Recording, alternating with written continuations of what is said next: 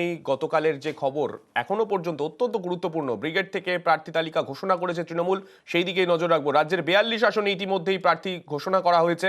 26 আসনে নতুন প্রার্থী তৃণমূলের প্রার্থী তালিকায় 11 জন বিধায়ক টিকিট পেলেন না আগের 5 জন তৃণমূল সাংসদ। প্রতিমা মণ্ডল মথুরাপুর থেকে তৃণমূল ভার্সেস বিজেপি, এখানে কংগ্রেস সিপিএম ওদের সাথে লড়াই চলবে। তৃণমূল কংগ্রেস এখানে বাংলায় একা লড়বে, আসামেও লড়বে, ইউপিতেও লড়বে। একটা সিটে অখিলেশের সাথে কথা হয়েছে, মেঘালয় আমরা বিরোধী দল, মেঘালয় তো লড়বো। দেশ কোন পথে চলবে তৃণমূল কংগ্রেস ঠিক করবে, বেঙ্গল ঠিক করবে, বাংলায় দিশা দেখাবে, বাংলায় পথ দেখাবে, বাংলায় রাস্তা দেখাবে। বিজেপি থেকে যাচ্ছেন অর্জুন সিং, তৃণমূলের বিরুদ্ধে বিশ্বাসঘাতকতার অভিযোগ। প্রার্থী হওয়ার প্রতিশ্রুতিতেই তৃণমূলে ফেরা। ব্রিগেডের মঞ্চে জানতে পারলেন তিনি প্রার্থী হচ্ছেন না। শুভেন্দুর মন্তব্যে তারপর নতুন করে তৈরি জল্পনা। দল এটা ঠিক করেনি কেন? দল আমাকে নিয়ে এসেছিল টিকিট দেওয়ার, ব্যারাকপুর কমিটমেন্ট করে। এই পার্টি আগে বলে দিত আমি দেবো না, আমাকে বলা হয়েছিল ব্যারাকপুরে টিকিট দেওয়া হবে। কে বলেছিল? যে দলে নিয়ে এসেছিল সেই বলেছিল। এবার টিকিট দেওয়া হয়নি, আজকে শেষ মুহূর্তে বলে দেওয়া হলো না টিকিট দেওয়া হবে। তো এটা একটা মনে হচ্ছে বিচ অফ ট্রাস্ট হয়েছে। আমি কোনো সিজনাল ফল নই, আমি 12 মাসের ফ্রুট। মনে আক্ষেপ তো থাকবেই। 1.5 বছর ধরে দল বলে নিয়ে এসছে যে আপনাকে টিকিট দেবো ব্যারাকপুরে। দল একবারও যদি আমাকে বলতো আমি আসতাম না। অর্জুন সিংকে ওরা কোনোদিনই বিশ্বাস করে না, আমরা জানি। তিনি এই 2 বছর যে গেছিলেন ব্যারাকপুর এলাকার বিজেপি কর্মীদেরকে কোথাও উত্ত্যক্ত বা আক্রমণ করেন। তার যৌথ পরিবারে থাকা পুত্র পবন সিং কখনো তার বাবা তার ছেলেকে প্রেসার করেনি যে তুমি বিজেপি ছাড়ো। এবং আজকে আমি বলছি আপনাদের অকথিত তথ্য, দ্রৌপদী মুর্মু পশ্চিমবঙ্গ বিধানসভায় মোট 34 জন এমপি ভোট দিয়েছিলেন, একটাও বিজেপির এমপি ছিল না। 2টো ভোট দ্রৌপদী মুর্মু পেয়েছিলেন, তার মধ্যে একটা অর্জুন সিংয়ের ছিল। আমাদের অনেক নেতার সঙ্গে তার যোগাযোগ ছিল, আমার সঙ্গে যোগাযোগ ছিল। তিনি কি করবেন আমি জানি না, আমাদের রাষ্ট্রীয় নেতারা কি করবেন আমি জানি না, না আমি বলতে পারবো না। I am not the authority.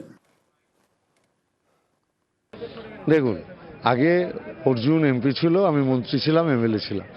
আজকে হয়তো আমাকে এমপি পদে দাঁড় করিয়েছে। অর্জুন নিশ্চয়ই সম্মানজনক কিছু দলের থেকে পাবে, সেটা তো দিদি প্রথমেই বলেছে। আমি হয়তো সবাইকে দিতে পারলাম না, আমি নিশ্চিতভাবে কাউকে অন্য জায়গায় সম্মান দেবো, নিশ্চিতভাবে সম্মান পাবে, এটুকু আমি দায়িত্ব নিয়ে বলতে পারি। দিদি কাউকে কোনোদিন অসম্মান করে না, হয়তো জায়গাটার পরিবর্তন হতে পারে। আর রাজনীতির ময়দানে বড় চমক তৃণমূলের। অধীরকে হারাতে তৃণমূলের হাতিয়ার ইউসুফ পাঠান। অধীরের বিভিন্ন মন্তব্যে ক্ষুব্ধ তৃণমূল। অধীরের কড়া মন্তব্যের পাল্টা চাল তৃণমূলের। অধীরের মন্তব্যের জেরে জটের কথা স্বীকার কংগ্রেস হাইকমান্ডের। আমাদের সকলের অত্যন্ত প্রিয় এবং জনপ্রিয় ক্রিকেটার ইউসুফ পাঠান বহরমপুর থেকে লড়াই করবেন। ইউসুফ পাঠান। অধীর চৌধুরী বনাম ইউসুফ পাঠান, একদিকে প্রাক্তন ক্রিকেটার ও আরেকদিকে লোকসভায় কংগ্রেসের দলনেতা। অধীর বরাবরই কট্টর তৃণমূল বিরোধী মুখ। 24-এর ভোট যুদ্ধে অধীর প্রথম থেকেই চাননি বাংলায় তৃণমূলের হাত ধরতে। কংগ্রেসের হাইকমান্ডের উল্টো সুরে হেঁটে বারবার তীব্র আক্রমণ করেছেন তৃণমূলকে। নবীন প্রবীণের যে লড়াই, সে লড়াইয়ের স্ক্রিপ্ট তৈরি হচ্ছে বিজেপির দপ্তর থেকে। দিল্লিতে ইডির দপ্তরে হাজিরা দিয়েছিল, মনে করে দেখুন 9 ঘন্টা তাকে জিজ্ঞাসাবাদ করা হয়েছিল। তার পরের দিন থেকে পাল্টি খেয়েছে খোকাবাবু, কংগ্রেসের বিরোধিতা শুরু করেছে। আগামী দিনে অবাক হবেন না এই খোকাবাবু যদি বিজেপির প্রজেক্টেড চিফ মিনিস্টারের মুখ হয় বাংলায়। অনেকেই মনে করেন বাংলায় জোট ইন্ডিয়া না হওয়ার পেছনে বড় কারণ অধীরের তৃণমূল বিরোধিতা। ये बात सही है कि हमारे ओर से भी कुछ बयान आए हैं जो कुछ परेशानी हुई है उन बयानों से, पर मैं समझता हूं अगर हम एक साथ लड़ते तो अच्छा होता। एक साथ अभी भी सीट शेयरिंग फॉर्मूला संभव है क्योंकि लास्ट डेट तो नहीं हो पाया। সেই অধীরের কেন্দ্র বহরমপুরে এবার তৃণমূলের বড় চমক। 24-এর লোকসভা ভোটে অধীর চৌধুরীর কেন্দ্রে তৃণমূলের প্রার্থী প্রাক্তন ভারতীয় ক্রিকেটার ইউসুফ পাঠান। ক্রিকেটের ময়দান থেকে এবার ভোটের ময়দানে তৃণমূলের টিকিট পেয়ে মমতা বন্দ্যোপাধ্যায়ের প্রতি কৃতজ্ঞতা প্রকাশ করেছেন ইউসুফ পাঠান। यहाँ पे मुझे बहुत प्यार मिला है, कलकत्ता में हमेशा प्यार मिला और उसके बदले में मैं यहाँ पे उनको सर्व करूँगा। टीएमसी ने मुझे इस काबिल समझा कि मैं लोगों की मदद कर सकता हूँ और उनका वॉइस ओवर पार्लियामेंट में लेके जा सकता हूँ और उनको हेल्प कर सकता हूँ। तो ये मेरे लिए एक अपॉर्चुनिटी था और मैंने ये डिसाइड किया बस हर चीज़ बदलती है अच्छे के लिए और मैं अच्छे के लिए यहाँ पर आया हूँ। তখন বাম আমল। 1999 সাল থেকে টানা 5 বার বহরমপুরের সাংসদ অধীর চৌধুরী। গত লোকসভা ভোটে অধীরকে হারাতে অপূর্ব সরকার ওরফে ডেভিডকে প্রার্থী করে তৃণমূল, কিন্তু অধীর চৌধুরী প্রায় 90,000 ভোটের ব্যবধানে জিতে যান। এবার সেই বহরমপুরে তৃণমূলের বাজি প্রাক্তন ভারতীয় ক্রিকেটার ইউসুফ পাঠান, যা অত্যন্ত তাৎপর্যপূর্ণ বলেই অনেকে মনে করছেন। কারণ বহরমপুর লোকসভা কেন্দ্রটি মুসলিম প্রধান। এই কেন্দ্রে মুসলিম ভোট প্রায় 64%। বহরমপুর লোকসভা কেন্দ্রের মধ্যে 8টি বিধানসভা আসন রয়েছে। 19-এর লোকসভা ভোটের মধ্যে 5টিতেই এগিয়ে ছিল তৃণমূল, মাত্র 3টিতে অধীর চৌধুরী। বড়োয়া, কান্দি এবং বহরমপুর, এর মধ্যে কান্দিতে মুসলিম ভোট 58%, বহরমপুরে 53%, বড়োয়ায় 41%। মুসলিম প্রধান বহরমপুর আসনে মুসলিম মুখকে প্রার্থী করল তৃণমূল। পর্যবেক্ষকদের একাংশের মতে ইউসুফ পাঠান সংখ্যালঘু ভোটে ভাগ বসালে অধীরকে কঠিন চ্যালেঞ্জের সামনে পড়তে হবে। আমি যেটা আশঙ্কা করেছিলাম সেটা সত্য হলো।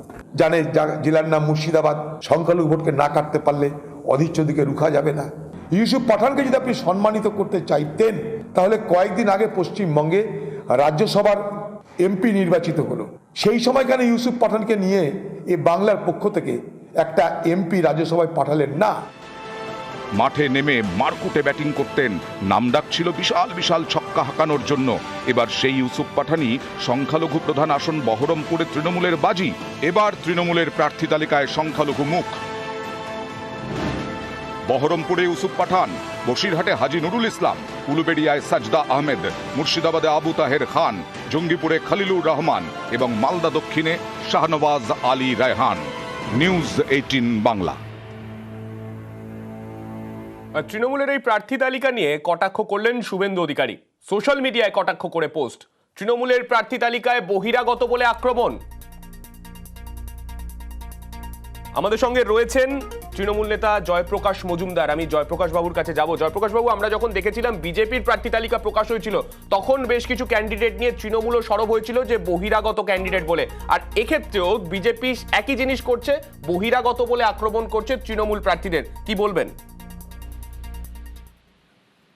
দেখুন, আজকে যেভাবে শুভেন্দুবাবু বলেছেন, শুভেন্দুবাবুর প্রথম খেয়াল করা উচিত যে 20টা না 21টা প্রার্থী বিজেপি ঘোষণা করে ব্রেক কষে দিল কেন মাঝখানে? তারপরে কি আর প্রার্থী পাচ্ছে না? বাদ বাকি 22-23টা আসনে, সেসব আসনে কারা প্রার্থী হবেন?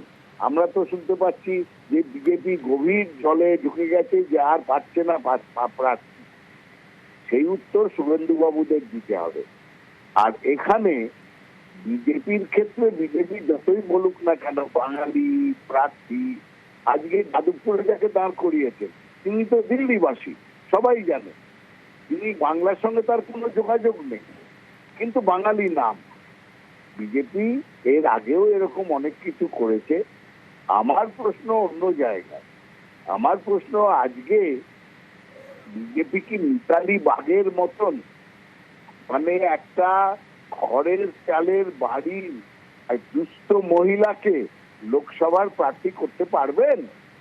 তাদের সেই ক্ষমতা আছে? কিংবা তরুণ তুর্কি অল্প বয়সী ছাত্র নেতা দেবাংশু ভট্টাচার্যের মতন ছেলেকে প্রার্থী করে সাহস দেখাতে পারবেন? অনুরূপ প্রশ্নটা এখানে, যে তৃণমূল কংগ্রেসের প্রার্থী তালিকায় যেরকম মহিলা, সংখ্যালঘু, তরুণ এবং প্রবীণ, নবীন এবং প্রবীণের যে সংমিশ্রণ দেখা গেছে, আর তার সঙ্গে দেখা গেছে যে ভারতবর্ষের বিখ্যাত, ভারতবর্ষকে যারা গর্বিত করেছে বা যারা মানুষের মনে ছাপ ফেলেছে, তেমন সব লোকজনদের প্রার্থী করা হয়েছে। বাংলাকেও তারা এগিয়ে নিয়ে যাওয়ার জন্য তারা লড়াই করবেন। এটাই হচ্ছে মমতা বন্দ্যোপাধ্যায়ের বেশ উইনিং ফর্মুলা। বেশ, ধন্যবাদ জয়প্রকাশ বাবু।